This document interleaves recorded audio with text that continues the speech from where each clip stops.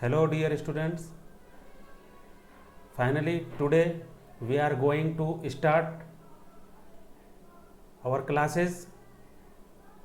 Today we will read science book of class 10th. Okay so आज हम कक्षा 10वीं की साइंस बुक पढ़ने जा रहे हैं and we will read first chapter today. Okay, so before we start I would like to introduce you with some important things which are very important to you dear students. Yes, the things which I am going to tell you are really very important for every students who want to learn more, who want to get more, and who want to eager to achieve his goal. यदि आप वास्तव में success होना चाहते हैं, चीज़ों को अच्छी तरीके से याद रखना चाहते हैं, तो ऑनलाइन स्टडी शुरू होने के पहले आप किसी भी प्लेटफॉर्म से पढ़ रहे हों, फिर भी ऑनलाइन क्लासेस पढ़ने से पहले कुछ चीज़ें बहुत ज़रूरी होती है, उन्हें समझ लेना। तो मैं चैप्टर स्टार्ट करने से पहले आपको कुछ चीज़ों के बारे में ज़रूर बताना चाहूँगा, जो कि आप लोगों के लिए पूरे ऑनलाइन स्टडी में बहुत ही बेनिफिशियरी साबित होने जा रही है। Yes dear students, so before we do anything, before we do any work,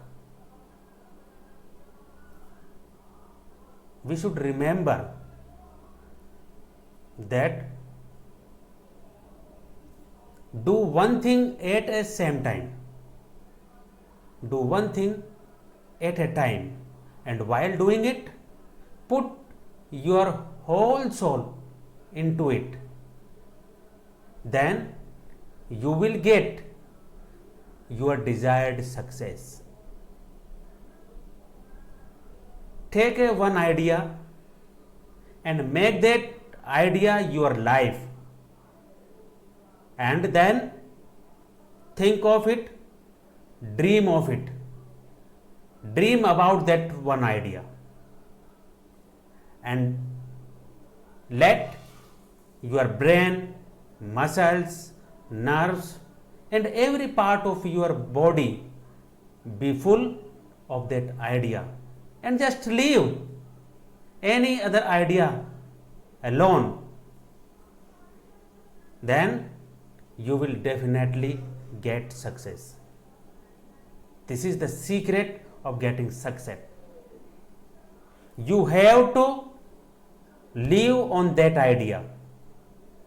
You have to live on your desire which you want to get in your life.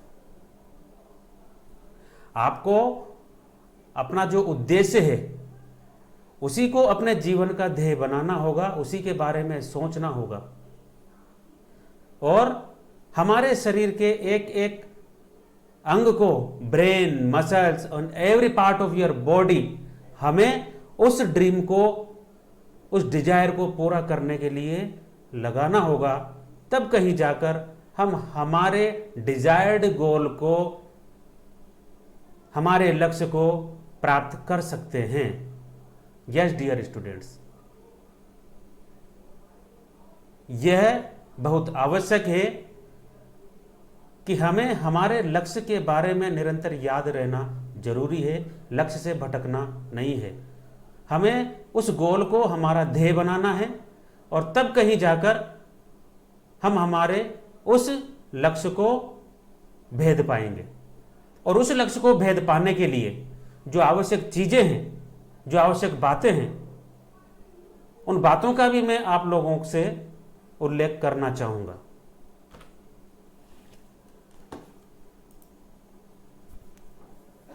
Yes, dear students. Now, firstly, I would like to introduce you with important things for best results of online study. आप other platform पर भी online study की तैयारियां कर रहे होंगे। हिंदुस्तान में कई सारे स्टार्टअप्स और कंपनियां आप लोगों को अच्छे तरीके से प्रोवाइड करने की कोशिश कर रही है, लेकिन फिर भी अधिकतर स्टूडेंट्स ऑनलाइन स्टडी से जितना उसको डिजायर होती है उतना वह गेन नहीं कर पाता है। उसका एक रीजन है, और वह रीजन क्या है? First important thing is sit at any silent place or in a closed room for better concentration. Concentration is must. कोई भी चीज हमें याद रहने वाली है लंबे समय तक, वह है concentration. Without concentration we cannot remember, we cannot learn those topics for long time.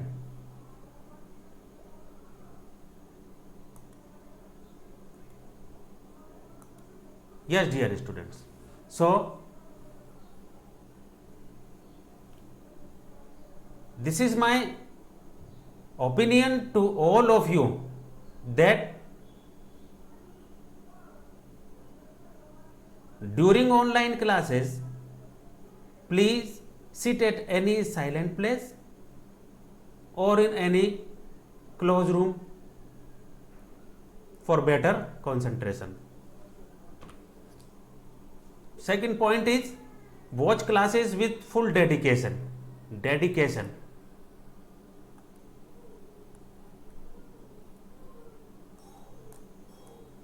Yes, dear students, dedication, समर्पण। किसी भी चीज को करने के लिए समर्पण।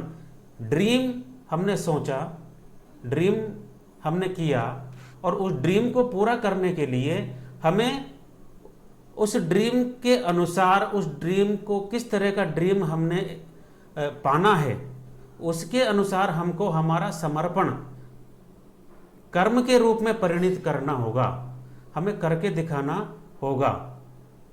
फिजिकली हमको उस वर्क को करने के, हमें उस वर्क को करना होगा, तब हम हमारे डिजायर्ड गोल को अचीव कर सकते हैं। Third thing is watch classes with proper understanding. Her topic को आपको प्रॉपर अंडरस्टैंडिंग के साथ, with concentration, with dedication, if you will put your concentration and dedication, then automatically you will understand those topics easily. यदि आप concentration के साथ और dedication, समर्पण के साथ उन वीडियो को देखोगे तो automatically topics will remain in your mind. Topics आपके दिमाग में ऑटोमेटिक रहने लगेंगे, याद होने लगेगा। Okay, so first thing is concentration. Concentration is very important, then dedication is also important. Then after putting these things you will understand topics automatically. Sit with notebook and pen. During watching any video, any class, please take your notebook and pen. Then watch your video and after write down the contents. You can also make your notes with the help of classes, with the help of those videos. Okay, सो जब भी आप video देखें, classes join करें, अपनी notebook और pen को हमेशा साथ लेकर बैठे और वीडियोस को देखने के बाद आप अपने नोट्स उनको बनाएं। आप अपने शब्दों में उन्हें लिख सकते हैं। यदि कोई वर्ड्स आपको थोड़ा कठिन लगता है तो अपने वर्ड्स में आप उसको लिख सकते हैं, ठीक है। And then read those notes, learn those notes, okay. Fifth thing is make your notes and learn them. आपने वीडियो देखा, नोट्स बनाए और फिर आपको वो लर्न करना है। Watch classes at least 3 times a day, okay.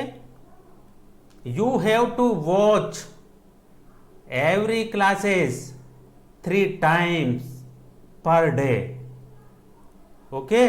It is important dear students, because जो भी हम चीज देखते हैं, हमारा जो ब्रेन है वह वीडियो फॉर्मेट में चीजों को याद रखने में ज्यादा कैपेबल है रादर देन टेक्स्ट फॉर्मेट में, ओके। टेक्स्ट फॉर्मेट में याद रखने की अपेक्षा वीडियो फॉर्मेट में हमारा ब्रेन चीजों को लंबे समय तक याद रखता है। तो आप लोग वीडियो को जितनी ज्यादा बार देखोगे, वीडियो में बताई गई चीजें आपको बहुत लंबे समय तक याद रहने वाली है dear students. So please watch videos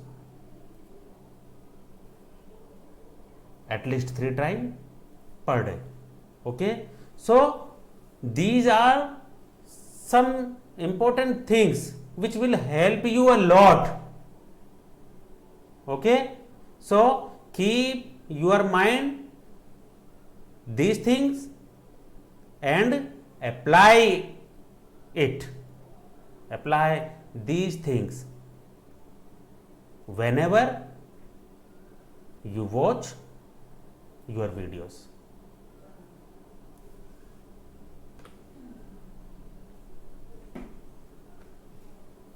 So now let's we start our first chapter.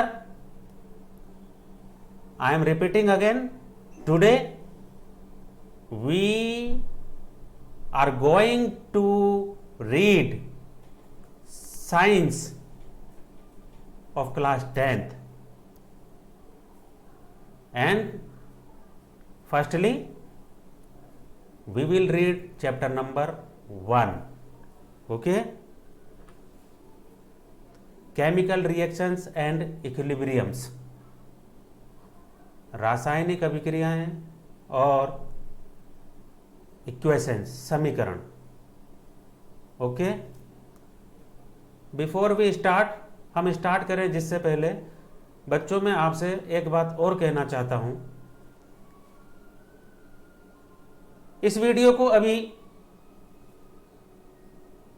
Hindustan के कई नगरों में, शहरों में, कस्बों में देखा जा रहा होगा और अधिकतर बच्चे ये सोच रहे होंगे कि क्या यह जो आज पढ़ाया जा रहा है ये हमारे बोर्ड के अकॉर्डिंग है या नहीं।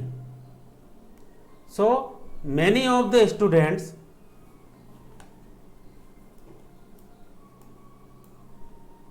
Will be thinking about this, ऐसा सोच रहे होंगे।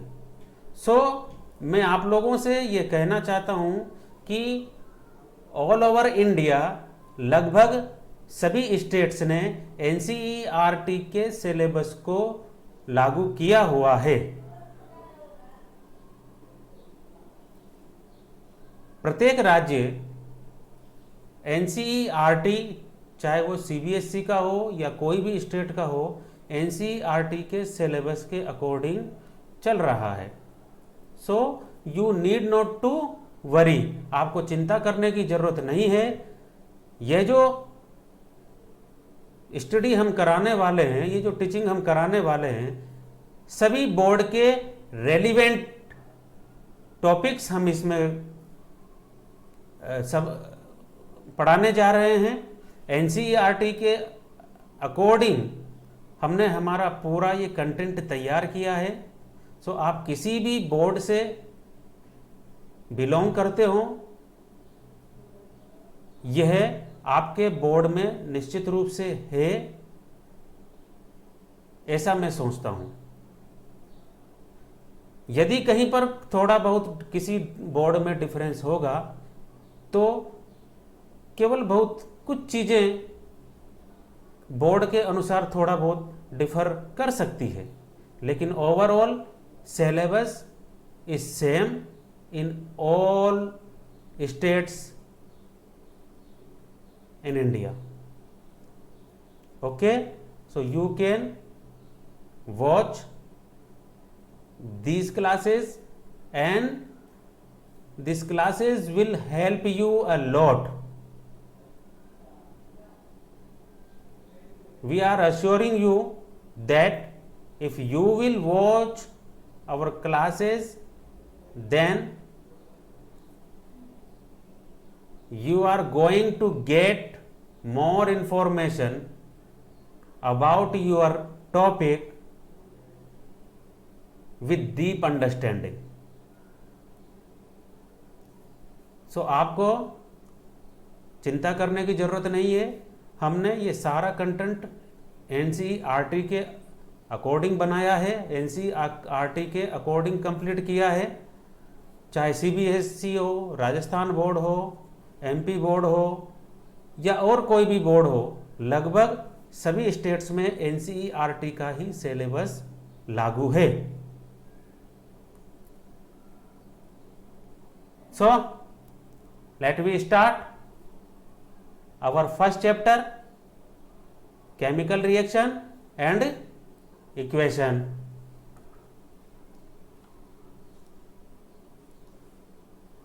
सो dear students, I think that maximum of the students are aware of chemical reactions. आप सभी केमिकल रिएक्शंस के बारे में लगभग जानते हैं, क्योंकि इनके बारे में आप अपनी पिछली कक्षाओं में क्लास 9th में आपने पढ़ा होगा, क्लास 8th में पढ़ा होगा, कुछ 7th में पढ़ा होगा, 6th में पढ़ा होगा। कुछ संक्षिप्त जानकारियाँ हर क्लास में हम पढ़ते हुए आ रहे हैं इस टॉपिक के बारे में। But in this chapter we will read about chemical reactions and equations briefly.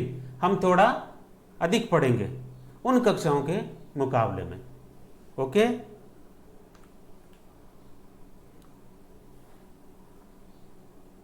Now first we will discuss about the topics of these chapters, that which topics we will cover in this chapter.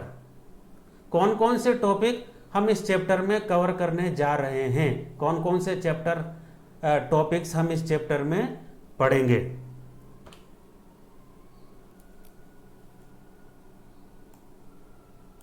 So first topic is chemical reactions. We will read firstly chemical reactions, then chemical equations, रासायनिक समीकरण, और फिर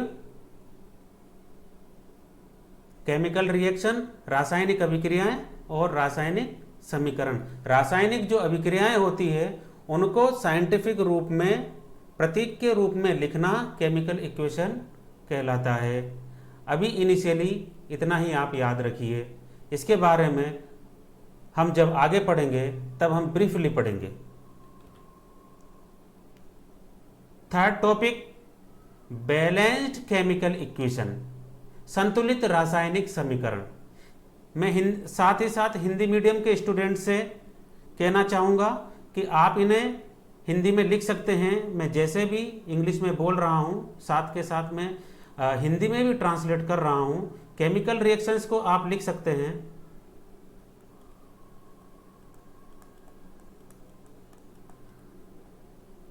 रासायनिक अभिक्रिया,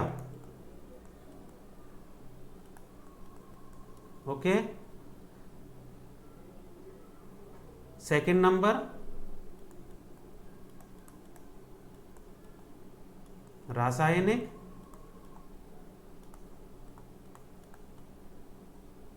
समीकरण।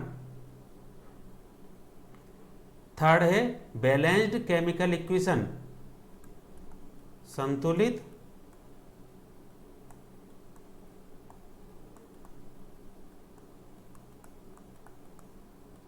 रासायनिक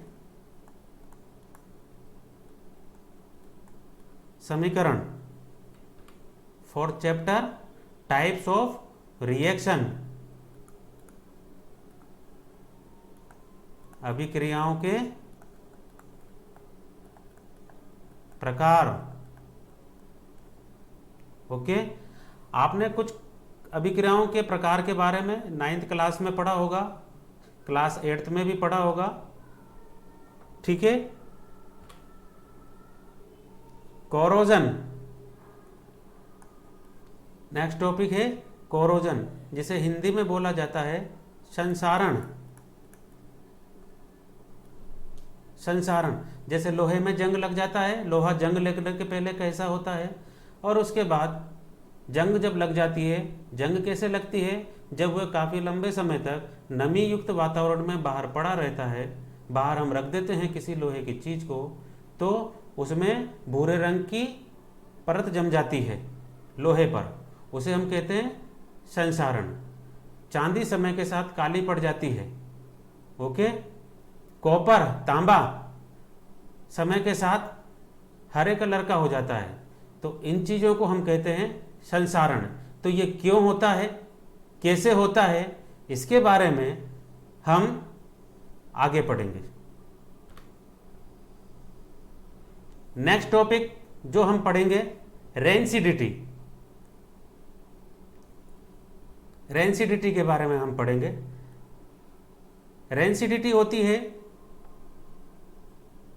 लंबे समय तक कोई खाना, तला हुआ खाना जब हम खुले में छोड़ देते हैं, या उसको जब हवा लग जाती है, लंबे समय तक वो खाने के यूज नहीं आता है, तो उसका टेस्ट और स्मेल चेंज हो जाती है कुछ समय के पश्चात। और आपने ये अच्छी तरीके से महसूस किया होगा अपने जीवन में, कोई चीज़ जब ताज़ा खाते हैं तब उसका स्मेल अलग होता है और टेस्ट अलग होता है, और उसी चीज़ को जब हम 25-30 दिन बाद जो कोई पैकिंग चीज़ आती है मार्केट से, या घर में हमने कोई चीज़ बनाई, और जब उसको ही जब कई दिनों के बाद जब उसके अपना आप पता लगता है घर में, किचन में, कि अरे यार ये तो बेकार हो गई है, इसका तो टेस्ट चेंज हो गया है, इसका तो स्मेल चेंज हो गई है, तो इसे कहते हैं रेंसिडिटी। हिंदी में इसको बोलते हैं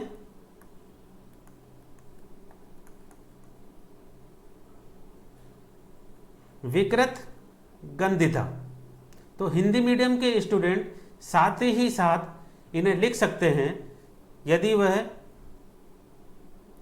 कन्फ्यूजन महसूस करते हैं इंग्लिश वर्ड्स लिखने में, तो हिंदी मीडियम के स्टूडेंट साथ के साथ ही ये हिंदी के टर्म्स लिख सकते हैं, जो मैं यहाँ पर आपके लिए लिख दे रहा हूँ।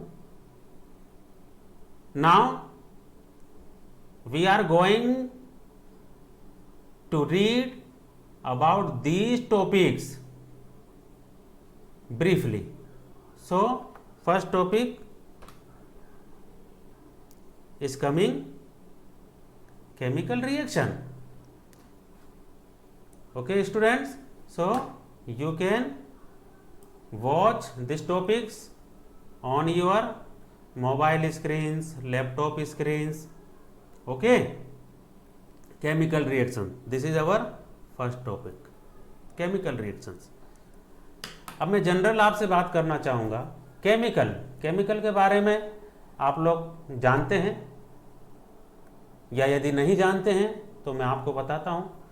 केमिकल, जो भी चीज़ इस पर्यावरण में हम लोग देखते हैं, कोई भी चीज़, आप पानी ले लो, आपके खाने की सब्जियां, दालें, कुछ भी जो गैस हमें दिखाई नहीं दे रही है, ऑक्सीजन, कार्बन डाइऑक्साइड, ये जो लैपटॉप या जो मोबाइल जिस पर आप पढ़ रहे हो, प्लास्टिक, जो सांस हम ले रहे हैं ऑक्सीजन, कार्बोहाइड्रेट, प्रोटीन, विटामिन, वसा, जो धातुएं, लोहा, सोना, पीतल, तांबा, लकड़ियां, सभी चीजें, पत्थर, रेत, आप मेरे कहने का मतलब समझ रहे होंगे कि कोई भी चीज इस धरती पर जो बनी है, या हम कहें इस यूनिवर्स में, ब्रह्मांड में हर चीज जो है वो सब केमिकल है। Everything is a chemical. ठीक है। इसका सबसे सरल रूप जब करने लगते हैं, पहले हम कंपाउंड, कंपाउंड से छोटा अणु, अणु से छोटा परमाणु, परमाणु में होते हैं इलेक्ट्रॉन, प्रोटॉन, न्यूट्रॉन। ठीक है। तो इलेक्ट्रॉन, प्रोटॉन, न्यूट्रॉन से जब उसके अंदर से जब आगे बढ़ते हैं तो परमाणु आता है, परमाणु मिलकर अणु बनते हैं, अणु मिलकर उसको कंपाउंड का फॉर्म देता है, यौगिक बनाता है। ठीक है। तो जब ये यौगिक रूप में हम ये जब आते हैं तो विभिन्न प्रकार की क्रियाओं के माध्यम से यौगिक बनते हैं। और कैसे यौगिक बनते हैं, नए यौगिकों का निर्माण कैसे होता है, उन यौगिकों का निर्माण कैसे हुआ, और जब इन तत्वों से मिलकर जब कोई यौगिक बनता है, तत्वों से मिलकर जब कोई यौगिक बन जाता है तो कैसे बनता है, ये क्रिया कैसे होती है, इसी को ही हम रासायनिक अभिक्रिया कहते हैं। और इसी के बारे में ही हम इस टॉपिक में पढ़ने जा रहे हैं। Okay. So you can watch some description about chemical reaction below this topic. Chemical reaction, chemical reaction shows the change in substances. Yes dear students, chemical reaction shows the change in substances. पदार्थों में change के बारे में information देती है, बताती है पदार्थ में चेंज क्या हुआ। जो आटा हमने, गेहूं जो पिसवाया, गेहूं का फॉर्म पहले अलग था, फिर आटा बना, चूर्ण पाउडर के रूप में हो गया, फिर उसको खाया, उसकी चपाती बनी, चपाती के बाद हमने उसको खाया, उसके बाद क्या फॉर्म, हर स्टेज पर फॉर्म चेंज हो रही है। ठीक है। ऑक्सीजन को हम ब्रेथ के थ्रू लेते हैं, सांस के द्वारा हम अंदर लेते हैं, बाहर कार्बन डाइऑक्साइड निकलती है। Okay. So substances are continuously changing in different forms and different substances throughout chemical change. chemical change के द्वारा substance अपनी स्टेट को बदल देता है और अपने फॉर्म को भी बदल देता है, रूप को भी बदल देता है। इवन वह फिजिकल स्टेट को बदल सकता है और केमिकल रूप को भी वह बदल सकता है। गुण इसके चेंज हो जाते हैं, भौतिक गुण, रासायनिक गुण इसके भी चेंज हो जाते हैं। और ये चेंज करने वाली कौन कौन सी रिएक्शंस है, इसके बारे में हम आगे पढ़ेंगे। So chemical reaction shows the change in substances. When a chemical change occurs then we can say that a chemical reaction has taken place, कि एक केमिकल रिएक्शन हो चुकी है। परिवर्तन के द्वारा ही तो पता चलेगा कि कोई रिएक्शन हुई है। ओके। जब तक कोई चेंज ही नहीं होगा तब तक हम नहीं कह सकते हैं कि कोई रासायनिक क्रिया संपन्न हो रही है या हो चुकी है। कोई भी चेंज फिजिकल स्टेट में होगा या केमिकली चेंज होगा तो ही हम कहेंगे कि इसमें चेंज हो रहा, इसमें केमिकल रिएक्शन हो रही है या हो चुकी है। Without any change we can't say that a chemical reaction is going on or has taken place. बिना चेंज के हम नहीं कह सकते। Okay. We can observe chemical change in our daily life in many activities. Yes dear students, we can observe these chemical changes in our daily life, but many of the students will be able to recognize those daily life activities, but some are unaware of that daily life activities. आप में से कुछ लोग जानते होंगे इन chemical changes के बारे में जो हमारे दैनिक जीवन में घटित हो रही है, और कुछ लोग नहीं भी जानते होंगे. But don't worry, we are going to discuss, we are going to know about that activities.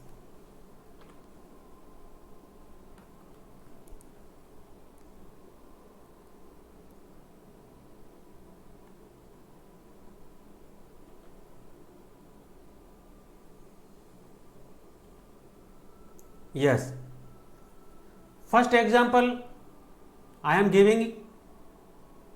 Milk is left at room temperature during summer. Milk is left room temperature at during summer. दूध जब हम summer के मौसम में, गर्मी के मौसम में उसे खुला छोड़ देते हैं, लंबे समय तक गर्म नहीं करते हैं, तो क्या होता है आप सोचिए. दूध पहले किस रूप में था, पहले स्मेल कैसी थी, और जब हमने ज़्यादा समय तक इसको गर्म नहीं किया गर्मी के मौसम में, तब इसका जो स्मेल है, जो इसकी खुशबू है, अब कैसी हो गई है और इसका टेस्ट कैसा हो गया है. This is a chemical change. Okay, समझे आप बात को.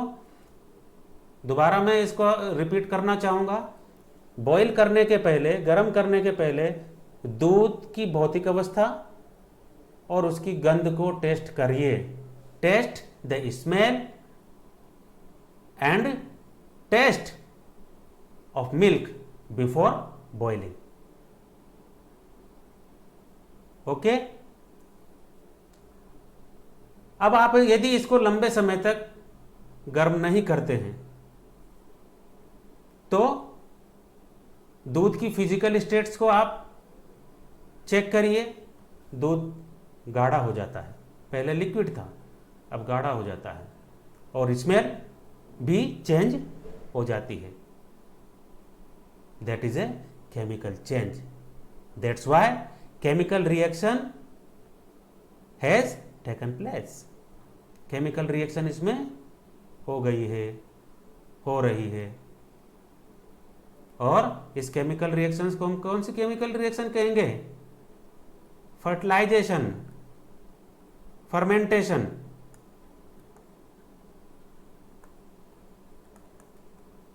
फर्मेंटेशन, जिसे हम हिंदी में कहेंगे किण्वन. Okay, next example is iron nail pencil is left exposed to humid temperature. Humid temperature, नमी में लोहे की कीलों को या लोहे का कोई भी सामान है उसको जब हम छोड़ देते हैं तो फिर उस पर भूरे रंग की परत चढ़ जाती है. ठीक है, इसी को हम केमिकल रिएक्शन कहते हैं. केमिकल रिएक्शंस, उसमें केमिकल चेंज हुआ. ओके, सो यह केमिकल रिएक्शन है. Grapes get fermented. अंगूर लाए बाजार से, 2-3 दिन तक हमने नहीं खाया उसको, पॉलीथीन में बंद रह गया, तो 2-3 दिन बाद जब हम ग्रेप्स उनको खोलते हैं तो उसका टेस्ट और स्मेल बिल्कुल चेंज हो जाता है. Okay, so that is a chemical change is occurring because of chemical reaction. Food is cooked. Food को कुक करने के पहले उसका टेस्ट, उसका स्मेल कैसा था, और आफ्टर कुकिंग उसका स्मेल और टेस्ट कैसा हो गया. सारे बच्चे इन चीज़ों के बारे में, इन एग्जाम्पल्स के बारे में अच्छी तरीके से जानते हैं। ठीक है, इन सिंपल उदाहरणों के माध्यम से हम केमिकल रिएक्शंस के बारे में अच्छी तरीके से समझेंगे और इनको आगे पढ़ेंगे।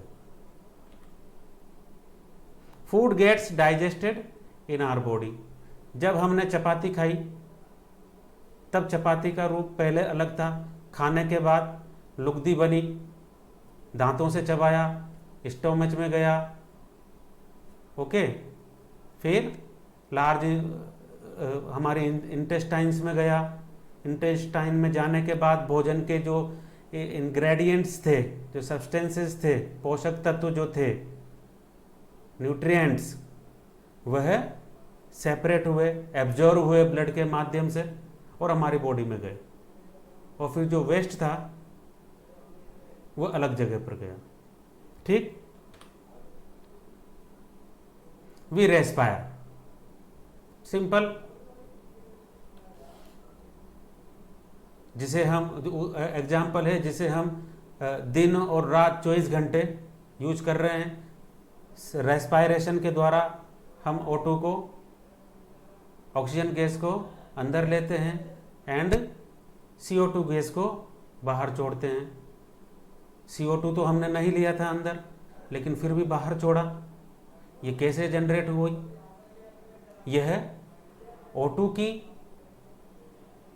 जो हमारा अंदर ग्लूकोज है, जो शुगर है, उसके साथ क्रिया करने से, शुगर के साथ O2 की क्रिया होने से CO2 जनरेट हुई अंदर, यानी कि हमारी बॉडी की सेल्स के अंदर क्रिया हुई, and that's why CO2 generate हुई, और उसे हमने ब्रेथ के माध्यम से वापस बाहर निकाल दिया। तो dear students, these were some examples which are we looking in our daily life, हम देख रहे हैं हमारे डेली लाइफ के जीवन में। ओके, आगे बढ़ते हैं। हिंदी मीडियम के स्टूडेंट से मैं कहना चाहूँगा कि जैसे ही आप अभी इस टॉपिक को देखें, वीडियो को बार बार वॉच करेंगे तो उन्हें अपने आप आएगा, और अगला जो मैं वीडियो लाने वाला हूँ साथ में, उसमें मैं हिंदी मीडियम्स के स्टूडेंट्स के लिए साथ ही ट्रांसलेशन की व्यवस्था भी हम उनके लिए करने जा रहे हैं। अभी मैं आपके लिए बोल देता हूँ, आप चाहे तो लिख सकते हैं। Chemical reactions shows the change in substances. रासायनिक अभिक्रिया पदार्थों में परिवर्तन को दर्शाती है। आप लिख सकते हैं, रासायनिक अभिक्रिया पदार्थों में, सब्सटेंस पदार्थ, ओके, चेंज परिवर्तन। When a chemical change occurs, कोई भी केमिकल चेंज होता है, देन वी कैन से, तब हम कह सकते हैं, that chemical reaction has taken place. Chemical reaction has taken place, कि केमिकल रिएक्शन हो चुकी है। ठीक है, हो रही है कह सकते हैं आप, हो रही है भी आप लिख सकते हैं, हो चुकी है भी आप लिख सकते हैं। We can observe chemical changes, हम ऑब्जर्व करते हैं, देखते हैं, महसूस करते हैं केमिकल चेंजेस को इन आवर डेली लाइफ, हमारे रोजाना की जिंदगी में, इन मैनी एक्टिविटीज, कई सारी क्रियाकलापों में। Okay, some examples are following, कुछ उदाहरण निम्नलिखित हैं। ठीक है, इनके बारे में आप लिख सकते हैं।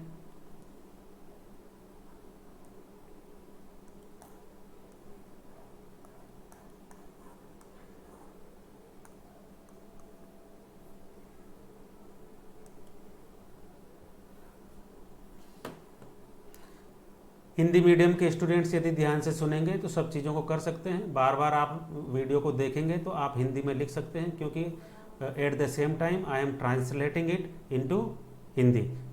इसी समय पर जब मैं बोल रहा हूँ चीज़ों को हिंदी में भी ट्रांसलेट कर रहा हूँ। Milk is left at room temperature during summer. ठीक है,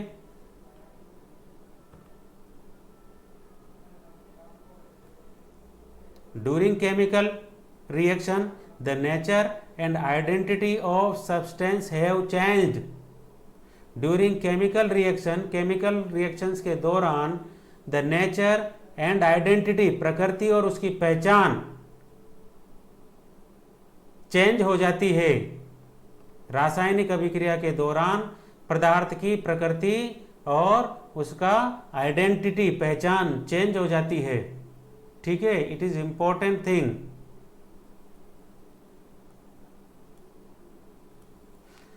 याद रखने वाली चीज है कि केमिकल रिएक्शंस के दौरान, इसे आप स्टार पॉइंट के रूप में लिख सकते हैं बच्चों, कि केमिकल रिएक्शन के दौरान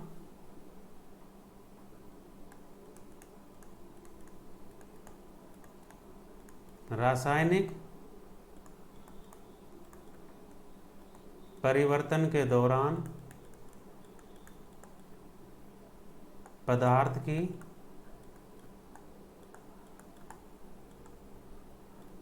प्रकृति व पहचान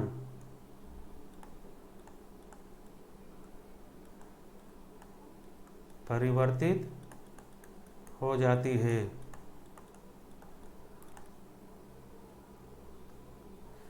मैं अधिकतर हिंदी में अनुवाद इसलिए भी कर रहा हूं क्योंकि मैक्सिमम इंग्लिश मीडियम के जो स्टूडेंट्स होंगे उनमें से कुछ स्टूडेंट्स थ्रूआउट इंग्लिश का यूज नहीं करते हैं, वह अनेबल होते हैं to understand the things which are continuously speaking in English. Okay, लगातार कंटिन्यूसली, इसलिए उनको हिंदी में बोलना भी समझाना भी टीचर के लिए ज़रूरी होता है। नेटिव वे में हम चीज़ों को, नेटिव लैंग्वेज में हम चीज़ों को बहुत अच्छी तरीके से समझ पाते हैं। ओके, इसलिए मैं हिंदी का भी आपको समझाने, हिंदी में भी आपको समझाने की कोशिश कर रहा हूँ, because Hindi is our native language, हमारी मातृभाषा है। इसलिए चीज़ों को एनालाइज करने में और रिमेंबर करने में ज़्यादा आसानी हमें होती है।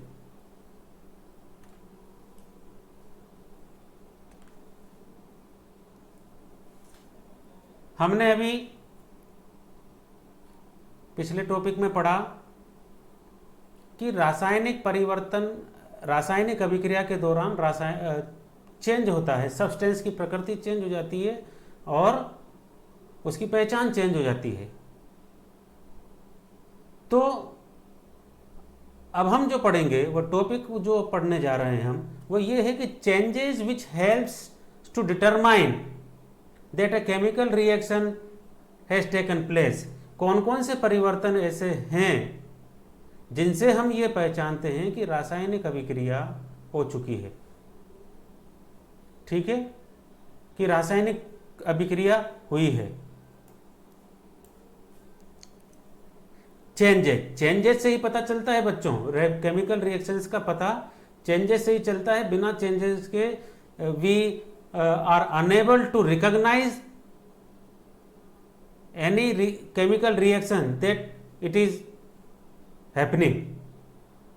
ओके, चेंजेस के थ्रू ही हम पता कर पाते हैं कि कोई भी रासायनिक अभिक्रिया हो रही है या हो चुकी है। तो क्या चेंज होगा? स्टेट चेंज होगी, चेंज इन स्टेट, पदार्थ की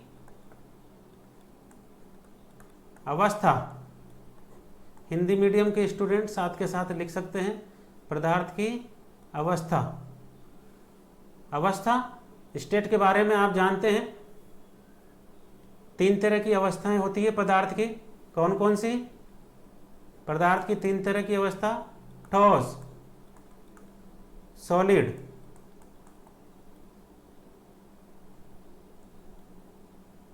गैस एंड द्रव, लिक्विड। ठीक है, पदार्थ की ये 3 तरह की अवस्थाएं होती है। Okay, solid, gas and liquid.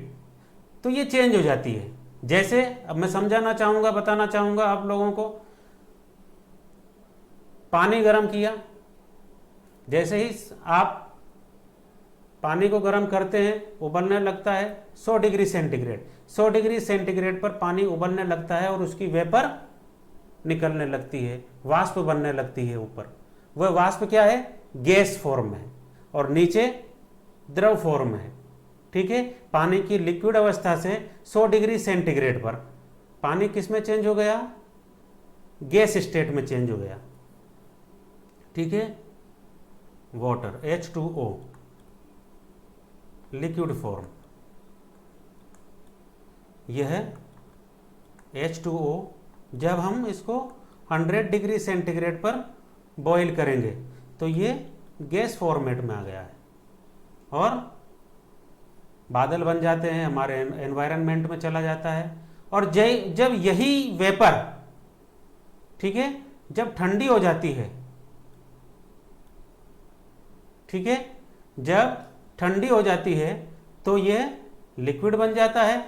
और जब यही लिक्विड को हम फ्रिज में रख देते हैं 0 डिग्री सेंटीग्रेड पर, तो यही H2O क्या हो जाता है? सॉलिड बन जाता है, बर्फ। बर्फ बन जाती है। ठीक है, तो इस एग्जाम्पल के माध्यम से आप लोगों को अच्छी तरीके से समझ में आ गया होगा कि स्टेट में चेंज क्या होता है, किस तरीके से रिकॉग्नाइज होगा कि कोई केमिकल रिएक्शंस हो रही है। ठीक है,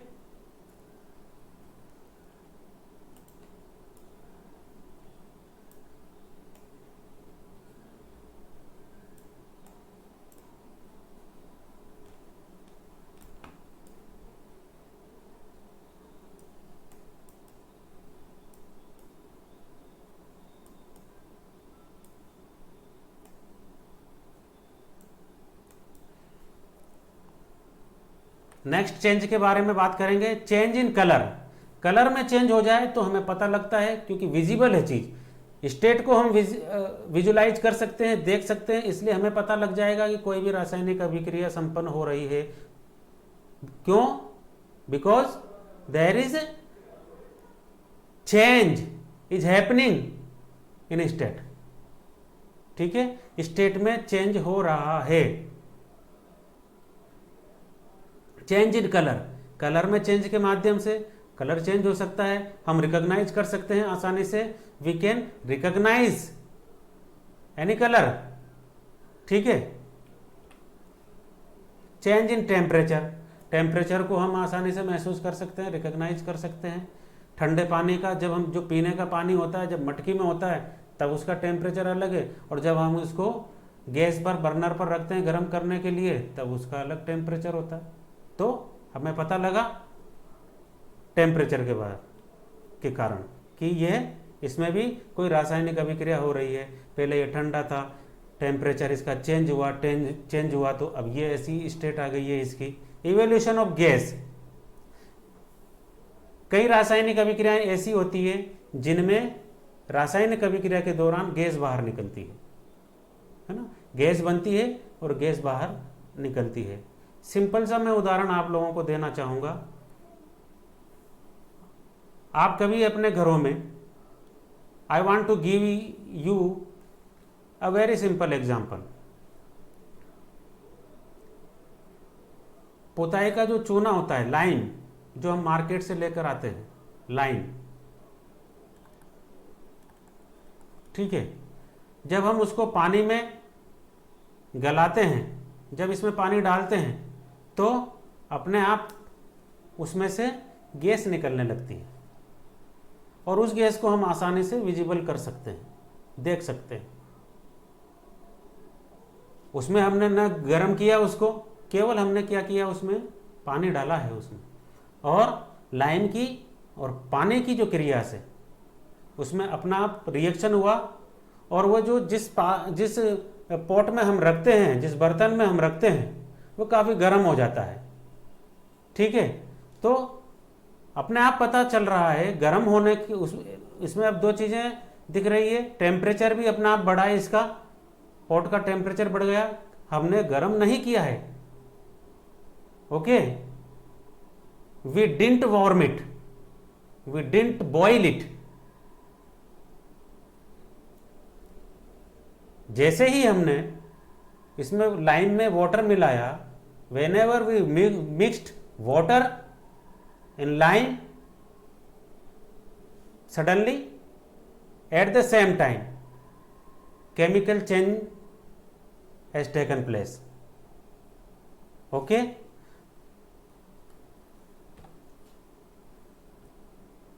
so these are important signs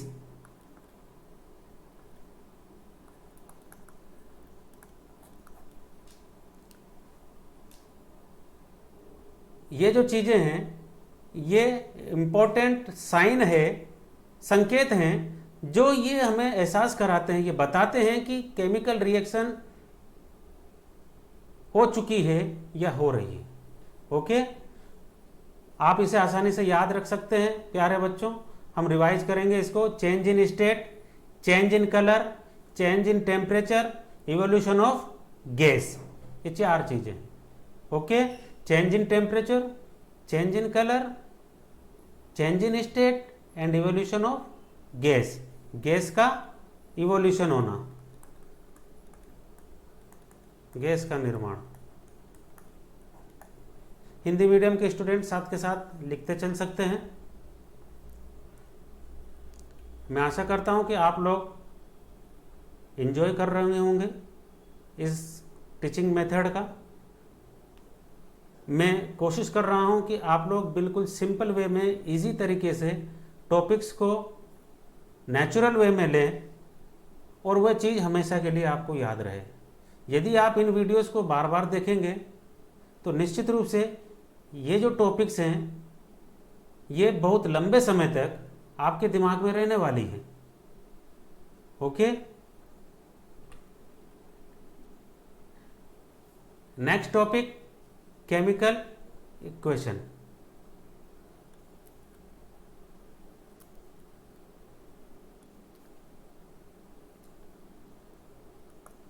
okay, so dear students, आज के लिए हमने जो भी टॉपिक पढ़े, मैं समझता हूं कि आप लोगों को बहुत अच्छी तरीके से समझ में आया होगा। और मैं कहना चाहता हूं आप लोगों से, आप इन वीडियोस को, जैसा मैंने पहले कहा है, at least 3 time in a day देखें और आप अपने नोट्स भी बनाएं, जिनसे चीज़ें ज़्यादा लंबे समय तक आपके दिमाग में रहेगी। देखने के बाद आप सेल्फ इंप्रूवमेंट करें, आपका सेल्फ असेसमेंट करें आपका, कि मुझे कितनी चीज़ें याद रही है, जो भी वीडियो मैंने, जो भी क्लास मैंने ली, उसमें जो भी पढ़ा, उसमें कितनी चीज़ें मुझे याद हुई है। Self assessment is very necessary to your betterment. Self assessment बहुत जरूरी है प्यारे बच्चों। आप लोगों ने कई बार महसूस किया होगा कि आप कोई चीज़ याद कर रहे हैं, पढ़ रहे हैं, आप लोग 2 बार 3 बार 4 बार 5 बार 6 बार पढ़ लिया आपने, और आपको लगने लगता है कि मुझे याद हो गया, याद हो रहा है मेरे को, ठीक है, और आपका मन कहता है कि मैं खुद से सुनूं, लेकिन उसी टाइम पर आपका ब्रेन कह देता है कि नहीं, कि आ जाएगा, बाद में कर लेंगे, जब टेस्ट होगा या एग्जाम होगा तब चीज़ें याद आ जाएगी अपन को। लेकिन अधिकतर बार ऐसा हुआ होगा कि एग्जाम के समय पर वो चीज़ें आपको याद नहीं आती है, वो रिकॉल नहीं होती है। वह रिकॉल इसलिए नहीं होती है प्यारे बच्चों, क्योंकि जब हम याद कर रहे थे तब हमने हमारा सेल्फ असेसमेंट नहीं किया, हमने हमारा टेस्ट ही खुद नहीं लिया, हमने हमारी परीक्षा खुद ही नहीं ली। हमने जब याद कर रहे थे तब सोचा हम एग्जाम में अच्छी तरीके से लिख देंगे, अभी तो पढ़ लिया और आगे का पढ़ते हैं। जो टॉपिक हमने पढ़ा है उस टॉपिक का हमने सेल्फ असेसमेंट नहीं किया, हमने हमसे पूछा ही नहीं कि हमें याद कितना रहा। आप लोगों ने पढ़ा, इसमें कोई शक नहीं, लेकिन उस पढ़ने वाली चीज में से हमें याद कितना रहा है वह प्रक्रिया हमने नहीं की। And that is the most important topic to remember the things which you are reading before some time. Okay, so I want to say to all of you dear students, please recall the topics, recall the things which you are studying at the same time. Ask questions to yourself. मैं आपको बताता हूं कि किस तरीके से आप अपना सेल्फ असेसमेंट करें। कोई भी टॉपिक, जैसे आज आपने सुबह पढ़ा है, सुबह आपने वीडियो देखा है, 2 बार 3 बार देख लिया, अपने नोट्स बना लिए, नोट्स में से 1 बार पढ़ लिया। अब आप शाम को या दिन में आपको टाइम मिल जाए,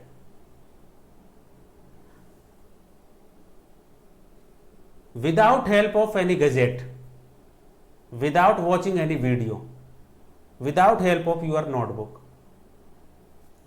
स्ट्रेट बैठ जाएं, सीधे बैठ जाएं, जैसे भी आप कंफर्टेबल महसूस करें, और या तो आप आंखें बंद करके चीज़ों को जो हमने सुबह पढ़ा उसे रिकॉल करने की कोशिश करें, याद करने की कोशिश करें कि हमने सुबह जो टॉपिक पढ़ा था क्या पढ़ा था, ऐसा टॉपिक था, वैसा टॉपिक था, इसके बारे में अब मैं याद करने की कोशिश करता हूँ। हमने पढ़ा कि रासायनिक अभिक्रिया, रासायनिक अभिक्रिया की परिभाषा, रासायनिक अभिक्रिया को हम कैसे पहचान सकते हैं, कौन कौन से साइंस थे, कौन कौन से संकेत हैं जिनके माध्यम से हम ये पता लगा सकते हैं कि रासायनिक अभिक्रिया हो रही है। इनके बारे में आप लोगों को सोचना है।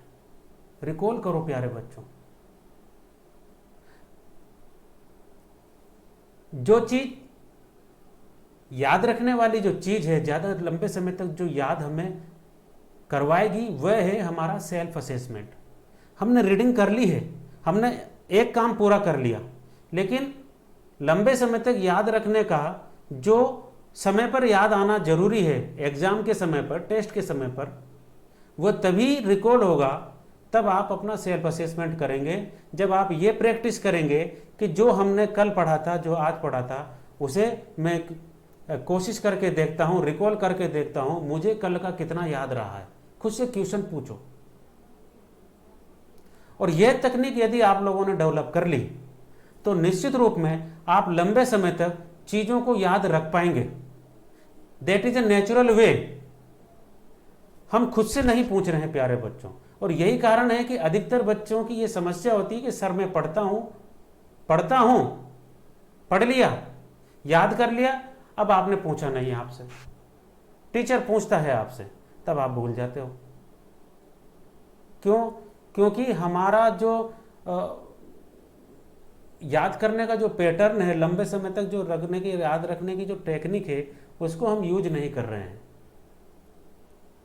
ठीक है, तो मेरा सजेशन ये रहेगा आप लोगों के लिए कि आप जो भी आपके वीडियो देखें उनको आप सेल्फ असेसमेंट करें कि जो मैंने देखा था उसमें से मुझे याद कितना रहा, और फिर याद करने की कोशिश करें कि मैं कैसे पूरा का, जब आप इसे प्रैक्टिस में लाएंगे धीरे धीरे, तो you will be able to recall all things.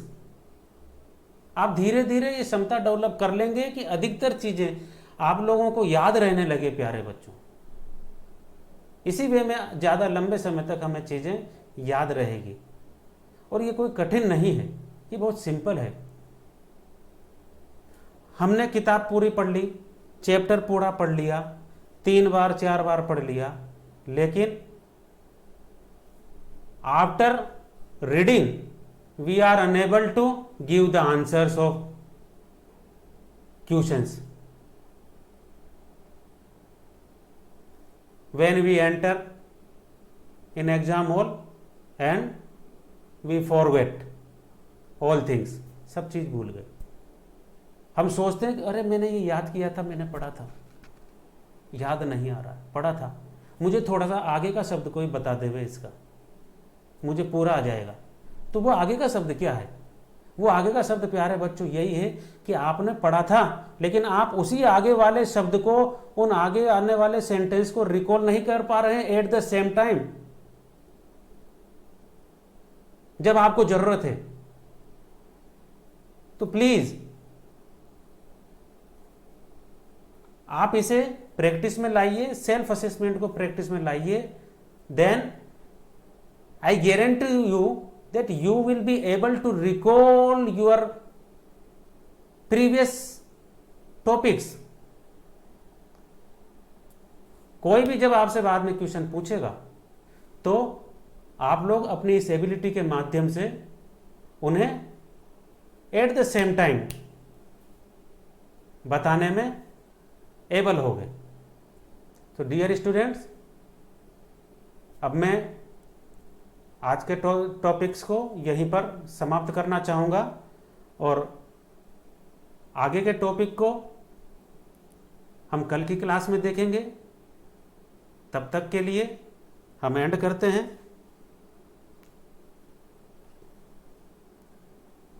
Have a nice day.